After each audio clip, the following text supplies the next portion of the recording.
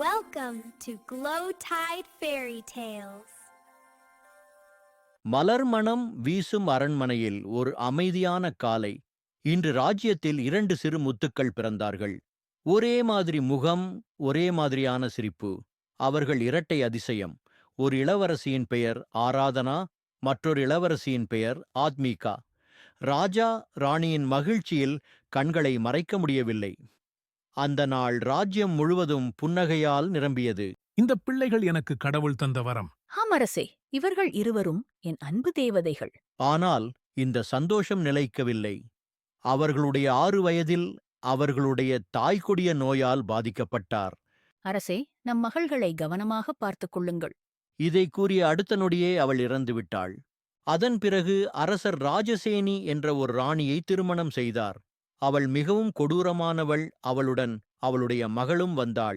இந்த இளவரசிகள் இருவரையும் அன்பாக பார்த்துக் கொள்வது போல் நடித்தால் தான் அரசரின் மனதில் இடம் பிடிக்க முடியும். செல்வங்களே, இங்கு வாருங்கள். நானும் உங்கள் அம்மாதான். நான் உங்களை நன்றாக பார்த்துக் கொள்கிறேன்.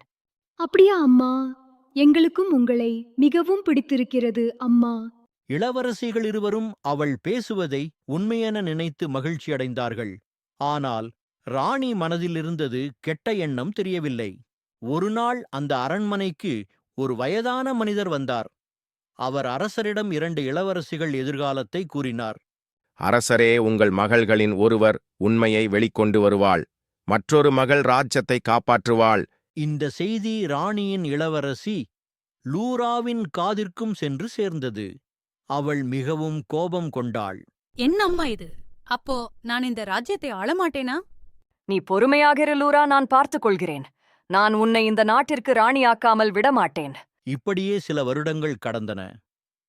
இளவரசிகளும் 18 வயதை கடந்தார்கள். மிகவும் அழகாக இருந்தார்கள் இருவரும். ஆராதனா அமைதியானவள் மற்றும் ஆத்மீகா மிகவும் தைரியமானவள். ஆனால் இருவரின் மனமும் மென்மையானது. அக்கா, அம்மா நம்மளை அழைத்திருக்கிறார்கள். இப்போதையெல்லாம் அவர்களை பார்த்தால் எனக்கு பயமாயிருக்கு. பயப்படாதே ஆராதனா, நான் இருக்கிறேன். நான் எதுவானாலும் பார்த்து கொள்கிறேன். ஆராதனா, இந்த மலரை உன் அப்பாவிடம் கொடுத்துவிட்டு வா. ஆனால் ஏன் அம்மா? நீ என்னையே எதிர்த்து பேசுறியா? ஆத்மிகா அந்த விசித்திரமான மலரை உணர்ந்தாள். அதை ராஜாவிடம் கொடுக்க விடாமல் பிடுங்கி போட்டாள். அந்த நொடியிலிருந்து ராஜசேனி அவர்களை எதிரியாகக் கண்டாள். அதன்பின் ராஜசேனி அவர்களை அரண்மனையில் இருந்துவிட்ட எண்ணினாள். ஆராதனா, ஏன் அம்மா இங்கு வர சொல்லியிருக்கிறார் என்று தெரியுமா? இல்லை அக்கா, எனக்கு தெரியாது. ராஜசேனி இளவரசிகள் இருவரையும் விஷம் நிறைந்த குளத்தில் தள்ளிவிட நினைத்தாள். ராஜசேனி இளவரசிகள் இருவரையும் விஷம் நிறைந்த குளத்தில் பெரும் கோபத்தோடு தள்ளிவிட்டு விட்டாள். ஆனால் இளவரசிகளிடம் அவர்கள் அம்மா சாகும் முன்பு கொடுத்த மந்திரக்கோல் இருந்தது. அவர்கள் இருவரும் அதனை வைத்து விஷக்குளத்தில் இருந்து வெளிவந்தனர். அக்கா, ஏனம்மா இப்படி செய்தார்கள்? ஆராதனா, அவங்களுக்கு நம்மள பிடிக்கலைன்னு நினைக்கிறேன்.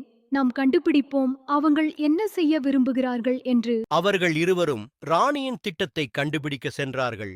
இளவரசிகளின் சிறுவயது நண்பர்களான இரட்டை இளவரசர்கள் ஆத்மீகாவையும் ஆராதனாவையும் பார்க்க அரண்மனைக்கு வந்தனர்.